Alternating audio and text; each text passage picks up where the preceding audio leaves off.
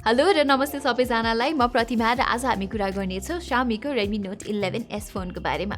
Xiaomiले चाहिँ नेपाली बजारमा हालसालै आफ्नो Redmi Note 11 सिरिज अन्तर्गत 3 वटा फोन लन्च गरेको छ। त्यसमध्ये चाहिँ हामीले Redmi Note 11 र Redmi Note 11 Pro 5G भन्ने फोन्सहरूको चाहिँ पहिले नै रिभ्यू गरिसक्यौ र मैले अघि नै भने जस्तै आज हामी कुरा गर्नेछौँ Redmi Note 11S को बारेमा।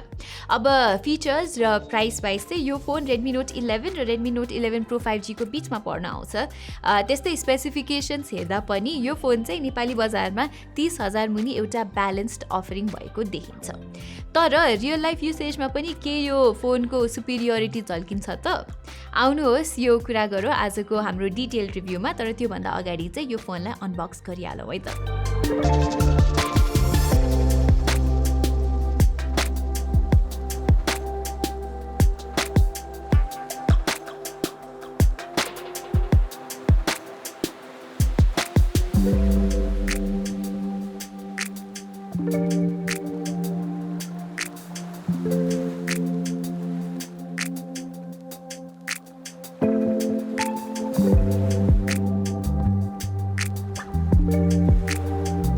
ओके, एज युजुअल भिडियो सुरु गरौँ यो फोनको डिजाइनको कुराबाट।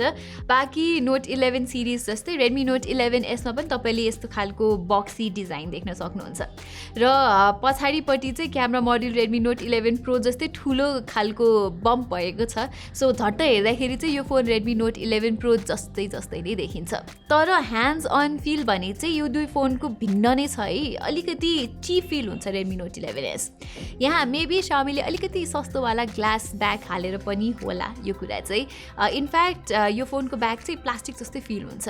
तर Xiaomiले भनेअनुसार यो चाहिँ ग्लास ब्याग नै हो। सो अब यो कुरालाई टेस्ट गर्न चाहिँ मैले ड्रप टेस्टै गरेर हेर्नुपर्छ जस्तो लाग्छ।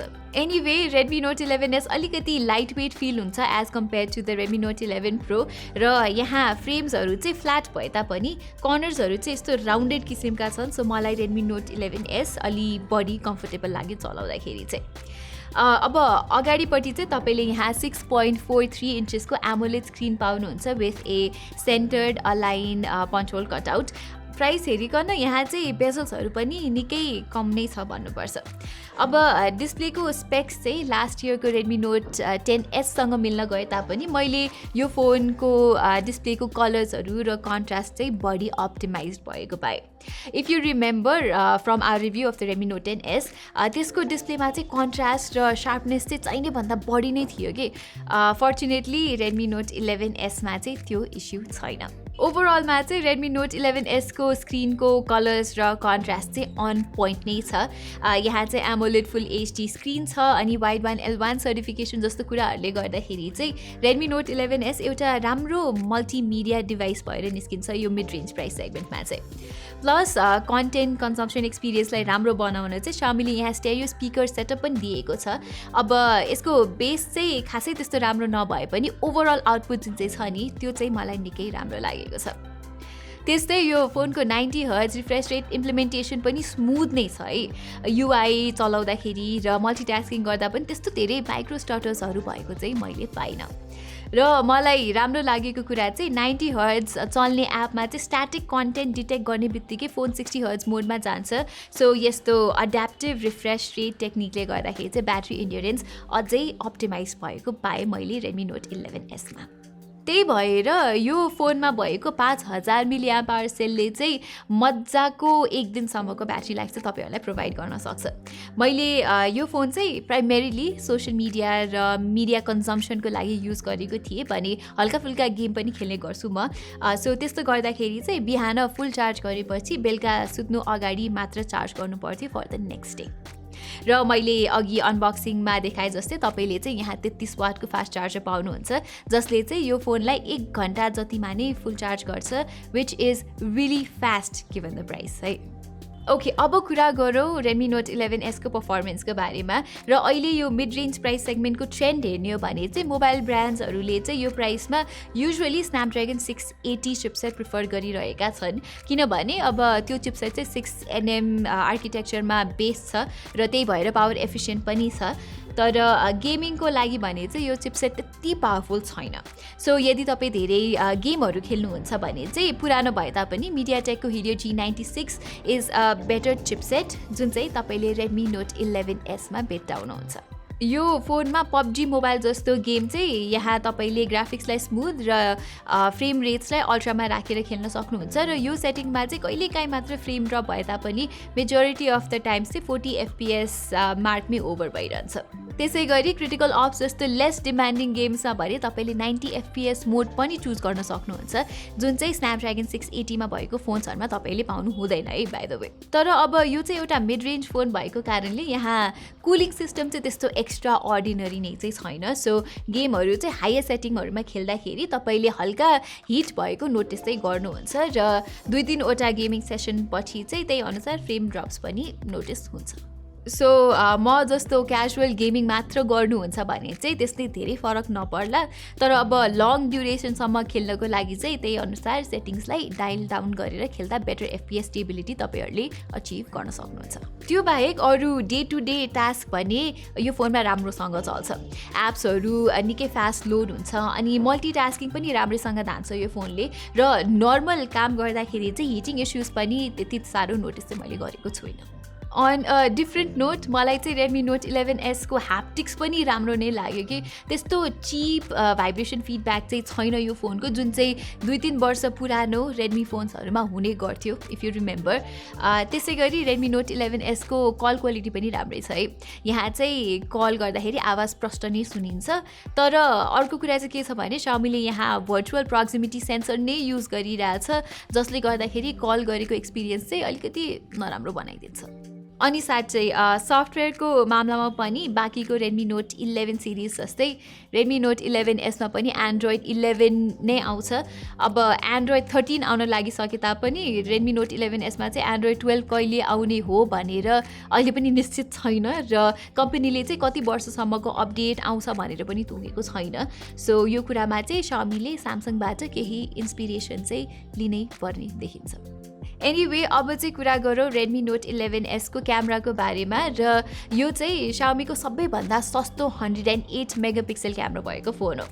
तर 108 मेगापिक्सल क्यामेरा भए तापनि कम्प्युटेसनल फोटोग्राफी वाइज चाहिँ Xiaomiले अझै नै धेरै काम गर्नुपर्ने देखिन्छ किनभने यो फोनबाट खिचेको फोटोजहरू त्यस्तो कन्सिस्टेन्ट चाहिँ छैन क्या जियोस रिजल्ट्स। अब यो प्राइस रेन्जमा चाहिँ बब्बाल क्यामेरा पर्फर्मेन्स एक्सपेक्ट त मैले गरेको होइन र गर्न मिल्दैन पनि, तर रेडमी नोट 11S को क्यामेरा भने अरू कम्पिटिसन भन्दा चाहिँ बढी अनरिलायबल भएको पाएँ मैले। यो रिभ्यूको लागि मैले रेडमी नोट 11S लाई सिमिलर प्राइस रेन्जमा आउने रियलमी 9 सँग कम्पेयर गरेर हेरेको थिएँ र अब दुवै फोनमा चाहिँ सेम 108 मेगापिक्सलको क्यामेरा भए तापनि यहाँ तपाईँहरूले देख्न सक्नुहुन्छ कि रियलमीले कलर्सहरू चाहिँ अलिकति स्याचुरेट गरेर अझै पपी देखाइदिन्छ भने रेडमी नोट 11S को फोटोहरूमा चाहिँ चाहिने भन्दा बढी नै कन्ट्रास्ट छ के। त्यसै कारण रियलमी 9 को पिक्चर्सहरू चाहिँ बढी आई प्लिजिङ देखेँ मैले। ओके, अब पोर्ट्रेट्सको कुरामा चाहिँ यी दुवै फोन बीच त्यस्तो डेफिनेट विनर भने चाहिँ छैन। यी दुवै फोनले नेचुरल स्किन टोन रिप्रोड्युस गर्दैनन्। तपाईँले यहाँ देख्न सक्नुहुन्छ कि रियलमी 9 मा चाहिँ यस्तो रेड टिन्ट रहेको छ भने रेडमी नोट 11S को पोर्ट्रेट चाहिँ अलिकति डल र पेल नै देखिन्छन्। Moving on ultra wide angle इमेजेसमा पनि सेम सिचुएसन छ।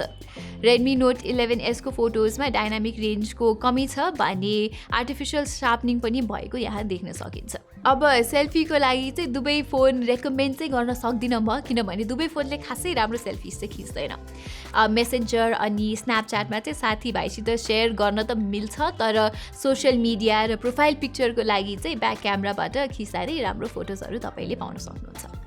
ओके, यो चाहिँ रेडमी नोट 11S बाट 1080p 30 FPS रेजोल्युसनमा भिडियो हो। स्याडली योभन्दा बढी रेजोल्युसनमा चाहिँ भिडियोजहरू खिच्न मिल्दैन रेयर क्यामेराबाट।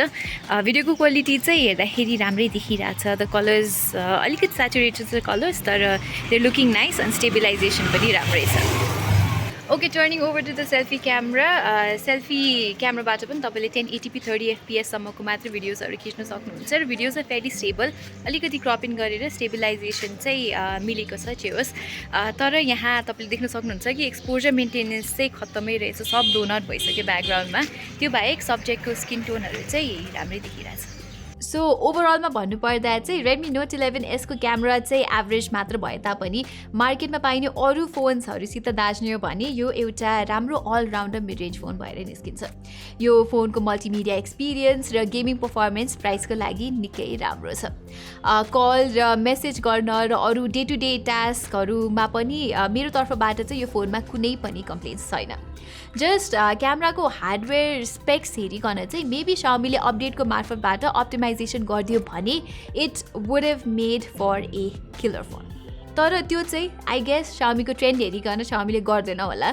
सो यदि तपाईँको प्रेफरेन्स क्यामेरा हो भने तपाईँले 6-7 हजार रुपियाँ थपेर रेडमी नोट 11 प्रो 5G लिनु बेटर हुन्छ, जसको क्यामेरा चाहिँ यो फोनभन्दा निकै बेटर रहेको छ।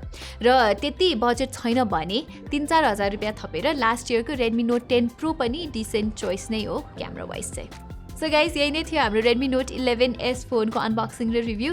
तपाईँहरूलाई यस्तै टेक कन्टेन्ट हेर्नमा रुचि छ भने चाहिँ ग्याजेट बाइट नेपाली च्यानललाई सब्सक्राइब गरेर बेल आइकन थिच्न नबिर्सिनु होला।